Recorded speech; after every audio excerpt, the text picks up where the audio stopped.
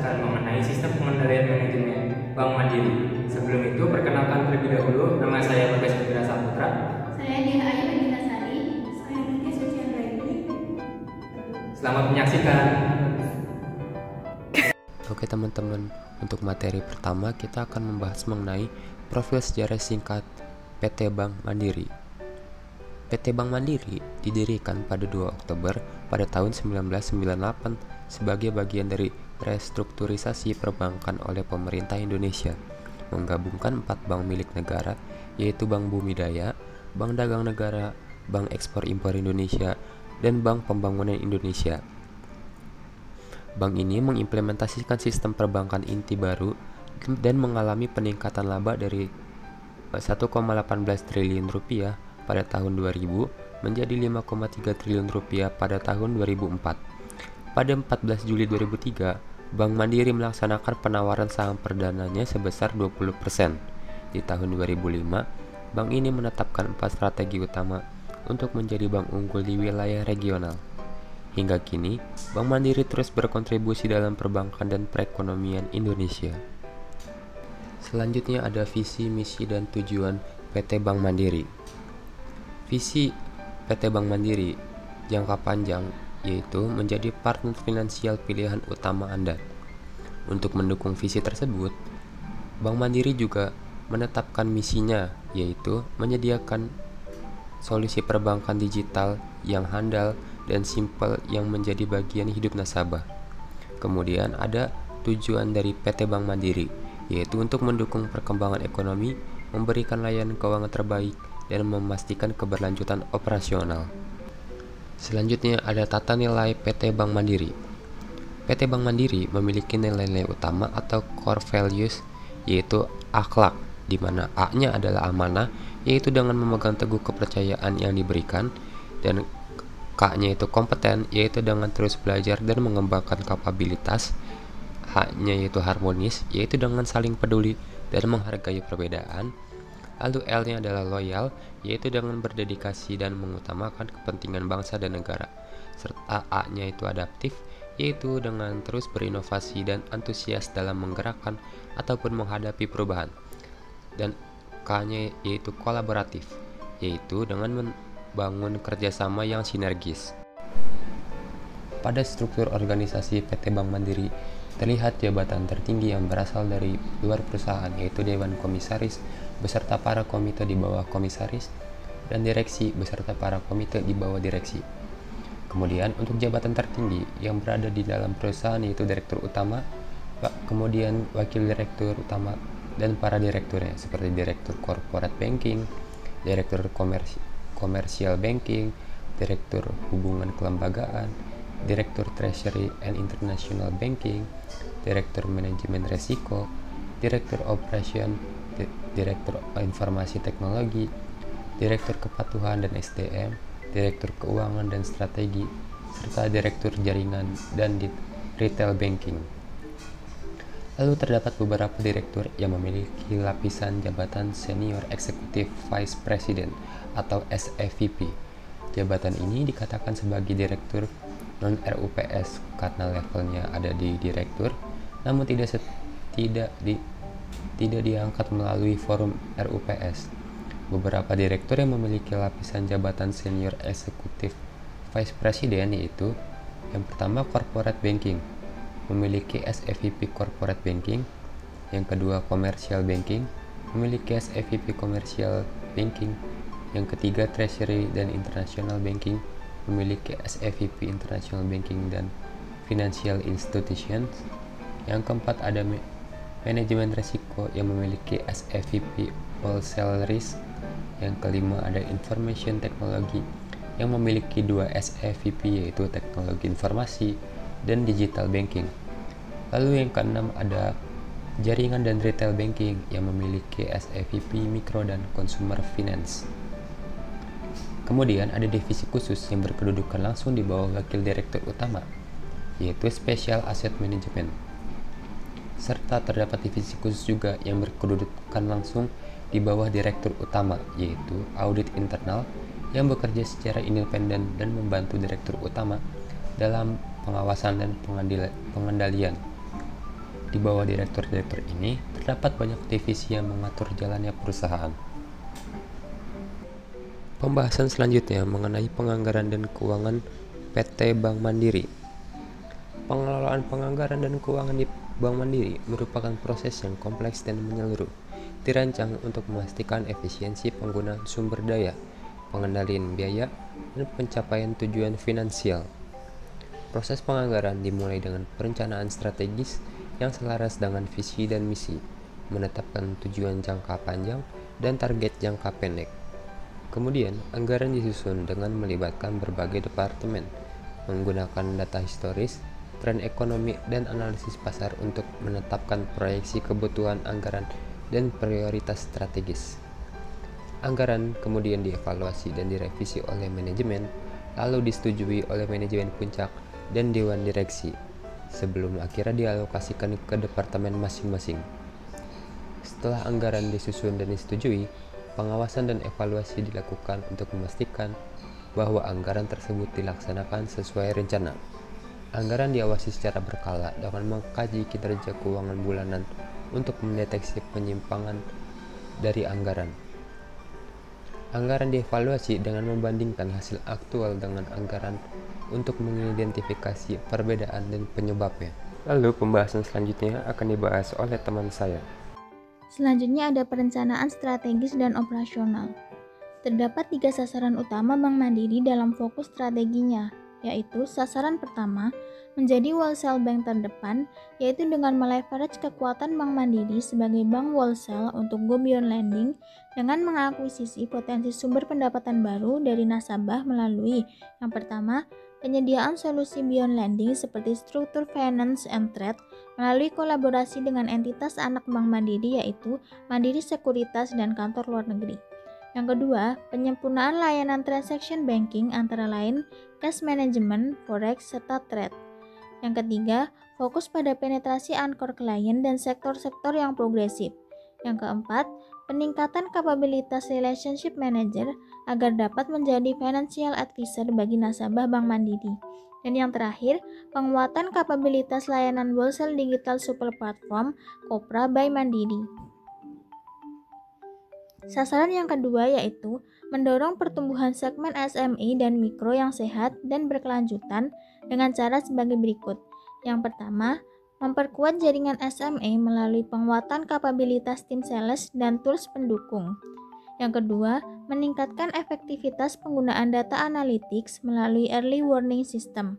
Yang ketiga, streamlining proses bisnis dan perbaikan proses value chain serta penggunaan teknologi dalam proses percepatan akuisisi dan analisis kredit.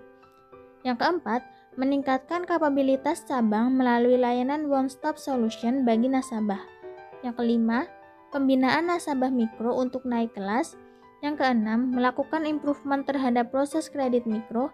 Dan yang terakhir, memperluas kemitraan dengan fintech dan memanfaatkan agen branchless banking. Sasaran yang ketiga yaitu menjadi modern digital bank yang terbaik dengan langkah sebagai berikut. Yang pertama, mendominasi pangsa pasar digital banking dengan fokus pada segmen salary employee. Yang kedua, peningkatan penetrasi nasabah payroll dan pertumbuhan kasa retail melalui channel digital. Yang ketiga, pengembangan financial superstore app yang mampu melayani kebutuhan nasabah Bank Mandiri. Yang keempat, penguatan kemitraan dengan e-commerce di Indonesia. Yang kelima, pengembangan aplikasi digital Bank Mandiri yang terintegrasi pada Bank and Core System.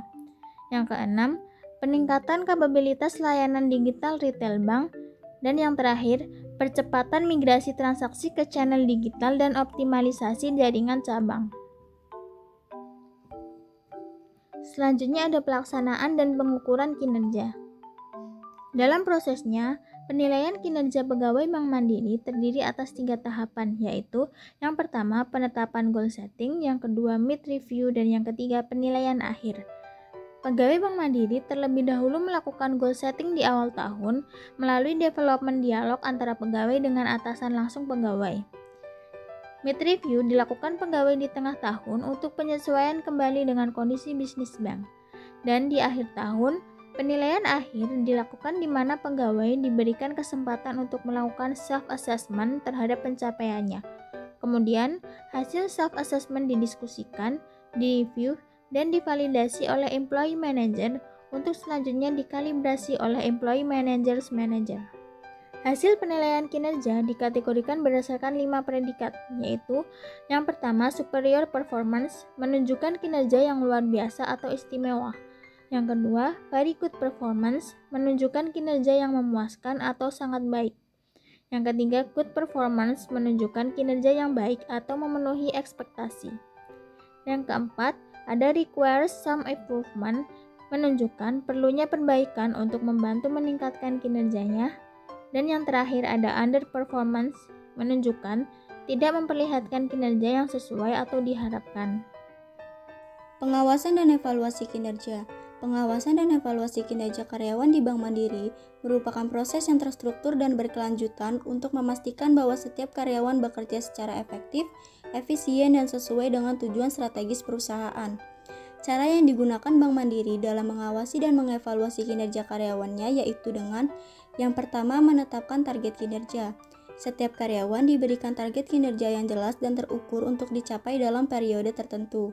Target ini ditetapkan melalui diskusi antara karyawan dan manajer untuk memastikan bahwa target realistis dan dapat dicapai. Yang kedua, pemantauan kinerja secara berkala. Bank Mandiri memanfaatkan sistem informasi manajemen untuk memantau kinerja karyawan secara real-time. Dashboard digunakan untuk menampilkan kinerja individu dan tim secara visual, memudahkan pemantauan dan analisis. Yang ketiga, evaluasi kinerja formal. Kinerja karyawan dievaluasi secara formal setiap tahun atau semester, melibatkan penilaian dari atasan langsung, menggunakan umpan balik dari rekan kerja, bawahan untuk posisi manajerial, dan kadang-kadang dari nasabah untuk mendapatkan pandangan yang holistik. Yang keempat, memanfaatkan umpan balik karyawan. Berdasarkan hasil evaluasi, karyawan dan manajer berdiskusi secara terbuka mengenai hasil evaluasi dan langkah-langkah untuk perbaikan. Yang kelima, pengembangan karyawan. Berdasarkan hasil evaluasi, rencana pengembangan keterampilan dan pelatihan disusun untuk mendukung peningkatan kinerja, identifikasi peluang pengembangan karir, dan promosi untuk karyawan yang menunjukkan kinerja unggul. Perbandingan kondisi dan teori. Teori Balance Scorecard adalah sistem manajemen strategis yang mendefinisikan sistem akuntansi pertanggungjawaban berdasarkan strategi. Balance Scorecard mengukur 4 perspektif berbeda tetapi mempunyai tujuan yang sama, yaitu mencapai sasaran strategis yang sudah direncanakan oleh perusahaan.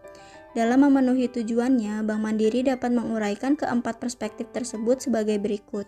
Yang pertama, perspektif keuangan. Salah satu sasaran Bank Mandiri dengan melakukan analisis perspektif keuangan adalah untuk memenuhi harapan dari stakeholder. Indikator pengukuran kinerja dalam perspektif keuangan yang digunakan pada Bank Mandiri yaitu menggunakan Return on Assets atau ROA, Return on Equity atau ROE, dan rasio POBO. Yang kedua, perspektif pelanggan. Sasaran Bank Mandiri dari perspektif ini adalah menciptakan pelanggan yang mampu menghasilkan financial return yang tinggi. Tolak ukur kinerja pelanggan atau nasabah yang digunakan Bank Mandiri adalah diukur dengan menggunakan tingkat kepuasan pelanggan, di mana tingkat kepuasan pelanggan ini digunakan untuk mengukur seberapa jauh para nasabah merasa puas terhadap perusahaan, baik menyangkut pelayanan dan reputasi. Yang ketiga, perspektif proses bisnis internal. Dalam perspektif ini dapat dinilai sejauh mana kualitas internal perusahaan. Untuk Bank Mandiri dapat diukur dengan inovasi perusahaan dan proses operasional perusahaan. Perspektif ini juga memiliki dua sasaran strategis, yaitu mengembangkan produk-produk baru yang dapat diandalkan dan meningkatkan pemanfaatan teknologi informasi dan kerjasama dengan pihak ketiga. Tolak ukur yang digunakan untuk mengukur keberhasilan pencapaian strategi yang pertama adalah dengan menggunakan pendapatan produk baru dan siklus pengembangan produk. Untuk tolak ukur yang digunakan dalam mengukur keberhasilan pencapaian strategi kedua adalah menggunakan tingkat kesalahan layanan, waktu proses, dan perjanjian dengan pihak ketiga. Yang keempat, perspektif pembelajaran dan pertumbuhan. Pengukuran perspektif pembelajaran dan pertumbuhan bertujuan untuk mendorong seluruh perspektif agar dapat mencapai target. Dalam perspektif ini, Bank Mandiri menggunakan dua tolak ukur yang digunakan, yaitu kepuasan karyawan dan kualitas sumber daya manusia. Kesimpulan, Bank Mandiri, salah satu bank terbesar di Indonesia, telah mengalami perkembangan yang signifikan sejak didirikan pada tahun 1998. Selama perjalanan tersebut, bank ini telah menghadapi berbagai tantangan, termasuk persaingan ketat di sektor perbankan, perubahan regulasi oleh OJK, risiko kredit yang tinggi, dan perkembangan teknologi yang cepat. Untuk mengatasi tantangan ini, Bank Mandiri telah menerapkan sistem pengendalian manajemen yang efektif, mencakup perencanaan strategis dan operasional, penganggaran dan keuangan, pelaksanaan dan pengukuran kinerja, serta pengawasan dan evaluasi kinerja. Visinya adalah menjadi partner finansial pilihan utama dengan fokus pada membangun hubungan jangka panjang yang didasari oleh kepercayaan dengan nasabah bisnis dan perseorangan, serta menyediakan solusi keuangan inovatif dan berstandar internasional. Dengan berbagai strategi dan inisiatif yang diterapkan, Bank Mandiri telah berhasil meningkatkan kinerjanya secara signifikan dan memberikan kontribusi positif bagi perekonomian Indonesia. Namun, untuk mempertahankan dan meningkatkan posisinya sebagai salah satu bank terkemuka di Indonesia, Bank Mandiri perlu terus melakukan inovasi dan penyesuaian terhadap perubahan kondisi pasar dan regulasi.